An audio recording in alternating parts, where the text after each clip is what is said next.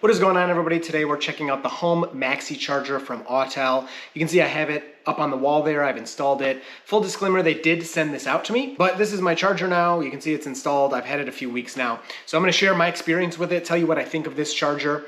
As Tesla is being so popular and other EVs are coming out and things, I think it's a good idea to look at alternatives because a lot of times Tesla doesn't have stuff in stock, and this will charge any EV. So with Tesla, of course, there's an adapter, but any other EV, you just plug this in. I will have a link for this one down in the description, so if it's something you're interested in, you can use that. So we'll start with the unboxing, initial impressions, a little bit of the installation, which I kind of screwed up. You can see I fixed it now, but yeah, I kind of messed it up then, and then I fixed it the next day. And I'll give my impressions after I've used it for a while, which that's now I've used it for a while. Spoiler alert, I do like it, but yeah, anyway, check out the video. If you have any questions, leave them down below. This will do up to 40 amps, which is exciting because the mobile charger that Tesla used to provide with your vehicle only does 32 amps, and this one will do 40 off of a NEMA 1450, of course, if you have a 50 amp breaker in there.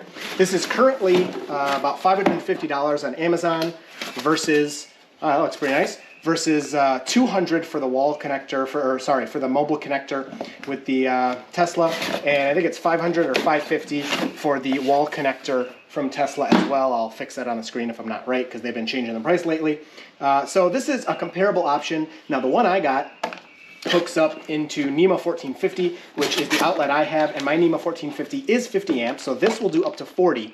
And I'm going to replace my Tesla mobile charger for a couple of reasons. Number one, lately I've been getting a message on my Tesla mobile connector saying that it is overheating and it goes down to 16 amps instead of the 32 that it is supposed to do.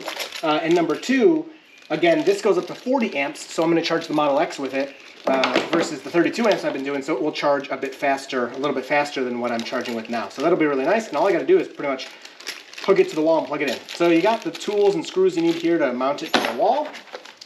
You have your directions and things here. And then you have the charger itself right here. On this side, you have your NEMA 1450 right there, which you can just plug in. There is a hardwired version of this as well that you can hardwire, and I'm not sure how much that charging goes up to, but it might go a little faster than 40 amps. But yeah, so this one I'm just going to plug into the wall. That'll be nice and convenient. And then on this side you have your J1772, which, you know, is kind of an ugly connector, but it makes it compatible with all EVs. And Teslas used to come with an adapter, so you can just put your adapter on here and plug it into your Tesla, no big deal. I think it still comes with that adapter. Please correct me if I'm wrong, if you've received a Tesla recently and you did not get that adapter, but I think that still comes with the Teslas. But check the comments, someone may correct me on that. All right, so here's the adapter I will be using. Again, this came with both of the Teslas that I own right now, and it's J1772 to Tesla. So this will just hook on right here, and I never need to take this off. 40 amps. Yeah, 40 amps. If I put that on, I never need to take it off. So now that'll connect directly to my Tesla right there, which is pretty nice. Also in the paperwork, I'm loving this. They give you labels so you can nicely and neatly label everything in your electrical box. You can see they have up to 70 amp. Kind of tells you that your EV charging station is what's connected to that breaker. I'm not going to use this because mine's already labeled as car, and mine is labeled with a 50 amp. But this is very cool, especially if you're adding something to your electrical box. I'm loving these stickers. All right, a couple more things included in the box. This is a bit heavy, but I'm pretty sure this is the holster for the charger. So again, you got your screws and stuff to stick it in the wall. And you take this out. Yes, oops. So that's your metal plate. Wow, that's cool. So this is where you, wow, that's really nice. So you got this green ring, and this is where you would put your charger. Although, of course, we have the Tesla connector on the end, so for me, it's not something I'm going to be using, but this is metal, so that's really nice. This part is plastic, but wow, that's why it's heavy, because it's really heavy duty. And you could put the stock charger on there, but I have a holster for my Tesla one, so I'll just use the holster I already have up there.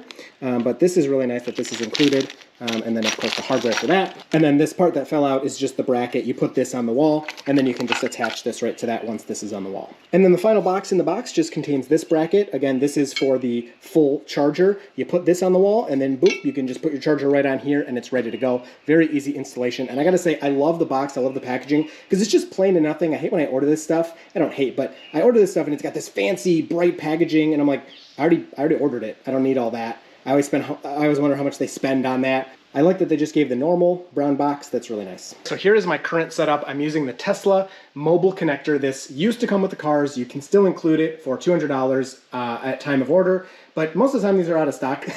And it's worked great for me. I've had this exact one has been here for almost 4 years now, 3.5 years.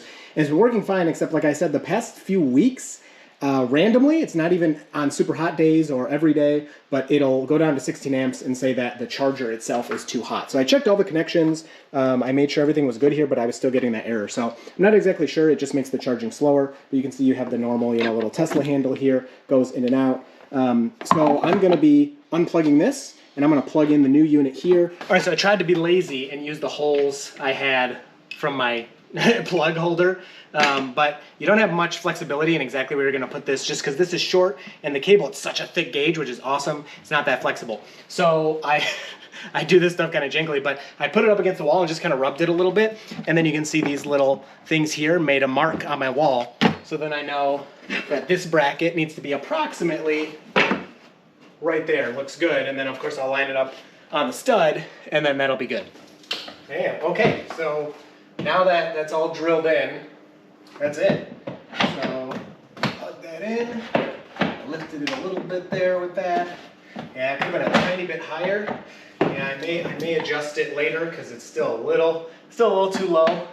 I was just trying to do this real quick, but I will say, wow, the directions were awesome. They're really good. There's no typos or anything. So, I mean, I already knew where my stud was. I was just putting a couple screws in the wall. So cool, here it is on the wall. I actually don't even have anything there to hold my plug just yet. I'll probably do that later.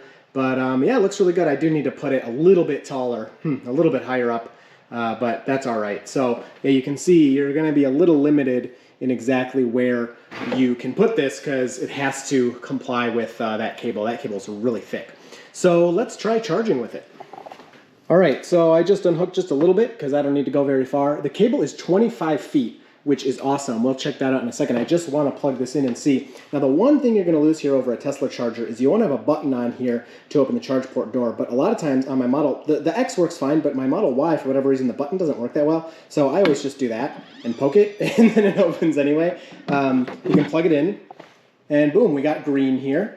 And I don't know if the car is charging or not. Let me check the app. But what you can do then, you don't have the button to unhook it. It's locked in there. All you got to do is tap this, and it unplugs it. So then you can pull it out, and that's it. So you still have, of course, the unplugging mechanism. You just tap that. But you never have to take your Tesla charger off. You can always leave that on there.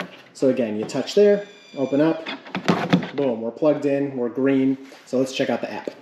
Okay, so here's the app. I am just recording the screen here. So I have my charge limited because I like to charge during the day when it's sunny. But anyway, we're plugged in and you can see 40 amps. I didn't have to do anything. So we have 40 amps in the app. Up here, we don't have anything special going on right now, but we're about to do a few different things with this charger. So let me slide up here to 80% and it'll start charging automatically. So there you go, it's blinking under charging right there. And then in the app, it says starting to charge. I have my Model X set up to charge after 7 p.m. So that automatically started as soon as I upped to the charge limit. Otherwise, it wouldn't have started until I clicked start charge. But since it's past 7 p.m. right now, it is charging automatically. So it's ramping up here. We're at 21 amps. Totally normal. Takes just a second to get up to the full amps. Now we're at 33, which is more already than what I had before. 39 out of 40 amps, 240 volts, exactly what it should be. And then there we are, 40 out of 40 amps at 33 miles an hour. So that is awesome. I'm already charging faster than I was with my Tesla mobile connector that I had before. So the Tesla mobile connector, again, 32 amps max, even though this is a 50 amp outlet, the mobile connector can't do more than 32 amps. Now Tesla's wall connector can do up to 48 amps, but again, that's hardwired, and this was exactly my plan. I wanted to just be able to plug it in and then continue from there. Okay, and then again, from the Tesla app, I just turn my charging down to 70% as the limit, just because I don't like to charge at night if I don't need to, since we have solar, and then that should shut off everything. So there we are. It says 5 minutes remaining, but it's about to stop. The Autel charger has stopped blinking here. If you look there, there's no more blinking. So you can still control everything from the app like you always have.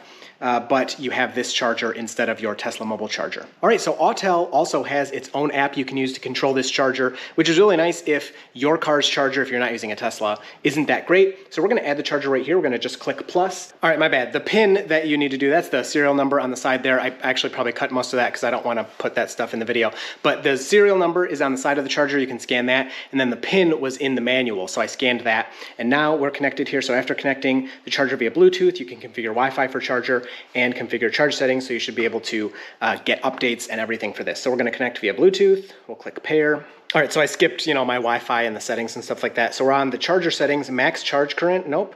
32 amps, no, we want more than that. But we will figure that out as we go along.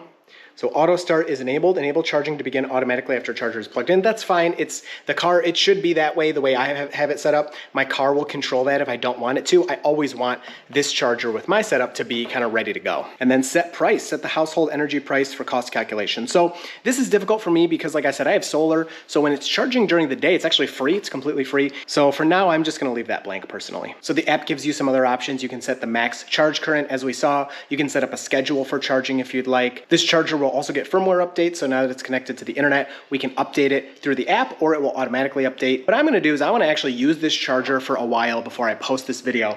So I'm going to use it for a bit. I'm going to get my impressions, but I'm really excited about the faster charge speed. That's kind of the number one thing I wanted. And also the glitching out on my mobile connector. I can't figure out what it was because I did plug in my Model X to we have the Tesla wall connector outside and it never had a problem there. But that mobile connector was. So I'm excited for 40 amp charging. My solar can supply all that power and a little bit more to the house to cover other things. So yeah, with solar, this thing's gonna be great. All right, so I've been using this charger now for a while. I've charged the Model X a bunch of times with it already. I've gone anywhere from 16 amps, 32 amps, all the way to 40 amps. So I did figure out in the app how to make that work. Let me show you. So you have to go into the settings of the app. You go into installation mode, which they kind of give you a warning, make sure you know what you're doing basically. And I accept all risks because I do know what I'm doing. And then you can change your charge current limit. It was limited to 32 amps. I set it to 40. Again, I have a 50 amp breaker in the basement. So this is the appropriate setting for me. If you don't know, double check with an electrician or something. But yeah, if you know, then you can go in here and change the setting. So I was very happy to see that. And I'm loving charging at 40 amps. So another cool thing with the app that I did after I had kind of set it up and had some time to play with it, you can add vehicles to the app and then it can kind of use this technology, which for my car, it doesn't have right now, but it can use its algorithms and things to kind of tell you about the health of your battery, things you can do to keep your battery healthy, the best kind of charging habits you should have and stuff. So I have mine's a 2022 Model X, but this is the refresh we have in here. And then also you can add the Cybertruck. So I put that as my default vehicle because I thought that'd be sweet. But yeah, so you can put your vehicle in here and it can tell you kind of how to best manage your battery to keep it healthy. And then in the charge screen, I think I said this before, I mostly still am using the Tesla app to charge. But if you do go in here and you try to charge, you click start, you can see it's starting. And then it'll pop up with a message that says charge is not started successfully because something on the vehicle. So it's smart enough to know that your car, whatever vehicle, electric vehicle you're using, has limitations in place that says don't charge. So as of right now, I'm charged up to the max I want to be charged up to if I go into the Tesla app. And so it's not going to charge if you have your vehicle set up for certain parameters. It will follow those as well. So the communication between at least my vehicle is really good. So one last thing I'm going to show you here. So we're charging, I'm at 40 amps, which is awesome. I'm so happy that I can do that now versus 32.